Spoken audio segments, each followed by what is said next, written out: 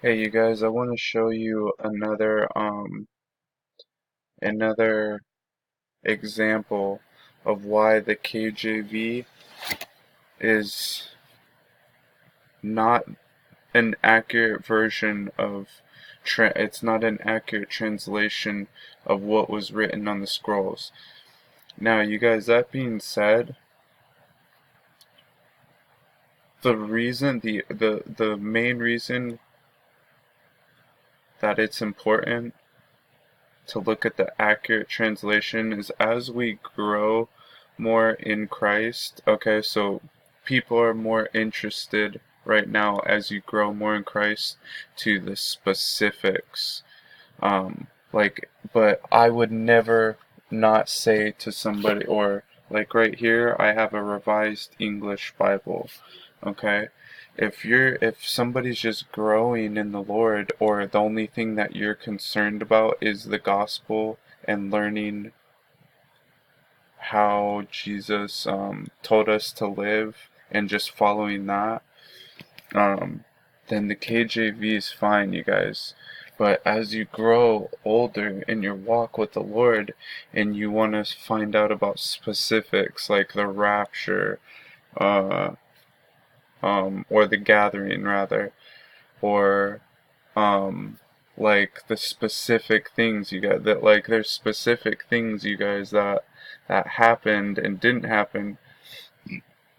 And I wanna give you another example here, you guys. Okay, this is KJV right here. Okay, and by the way, you guys, you should look into who King James was and do some history on him. That's all I'm gonna say. I'm not gonna give my opinion on it. Look at who King James was. Okay, and look at this example that I'm giving you. Okay, this is Mark chapter 3 verses, I'm going to read 20, 21, 22. And the multitude cometh together, so that they could not so much as eat bread. And when his friends heard of it, they went out and laid hold of him, for they said, He is beside himself. And the scribes which came down from Jerusalem said, He hath Beelzebub, and by the prince of devils he casts out devils. Right? So it says his friends here. Okay, Jesus really didn't have friends besides his disciples, really. It doesn't really talk about him having friends in the scriptures, but anyway, that doesn't matter. But the reason why this is where translation is important, you guys. This is more accurate. This is more what happened, okay?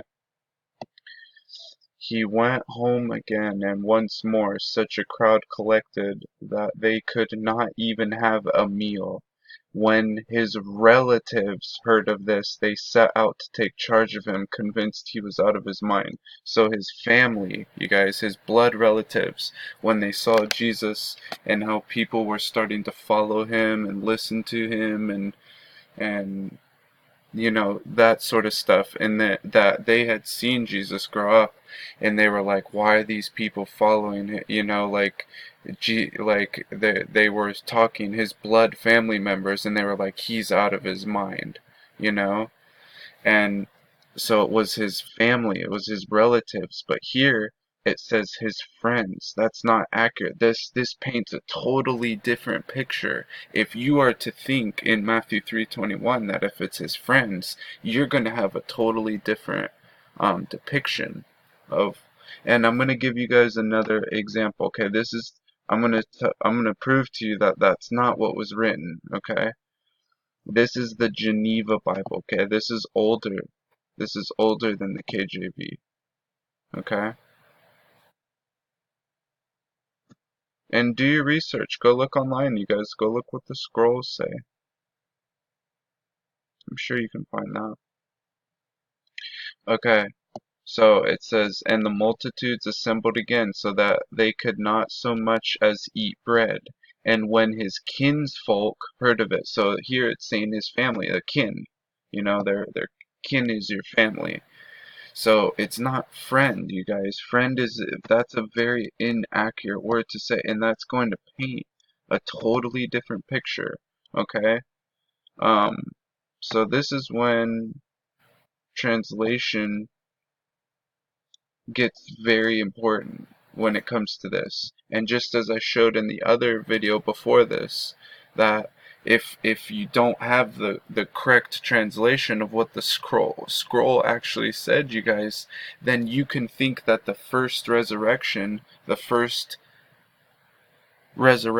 is the resurrection of those who died and went to sleep during the millennial reign, and that's not true. Those are people who are unholy. Those aren't model citizens of how we should be following, and so it paints a bad picture. Um, his friends heard of it. Now look, this is why I read from the Jerusalem Bible, you guys. This is accurate, you guys, to what the scrolls say. And if you're interested or if you care, I'll prove to you that that's more accurate to what the scroll says, because we can actually go look at a real scroll that the scribes actually wrote on. I can show you in a video or a live feed or whatever, and then show you what this says. This is accurate when his relatives heard of this, not friends. Okay, it's gonna paint a totally different picture. Alright, so anyway, I love you guys so much. I'm praying for all of you. I'm binding all the evil spirits that are attacking and afflicting all of us.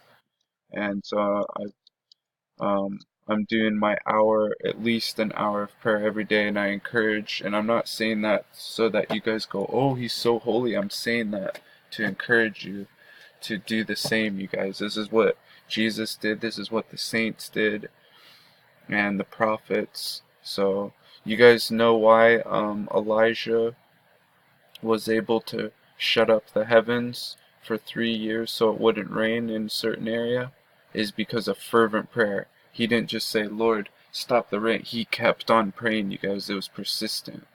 Alright? So I love you guys so much. God bless you. I'll see you later.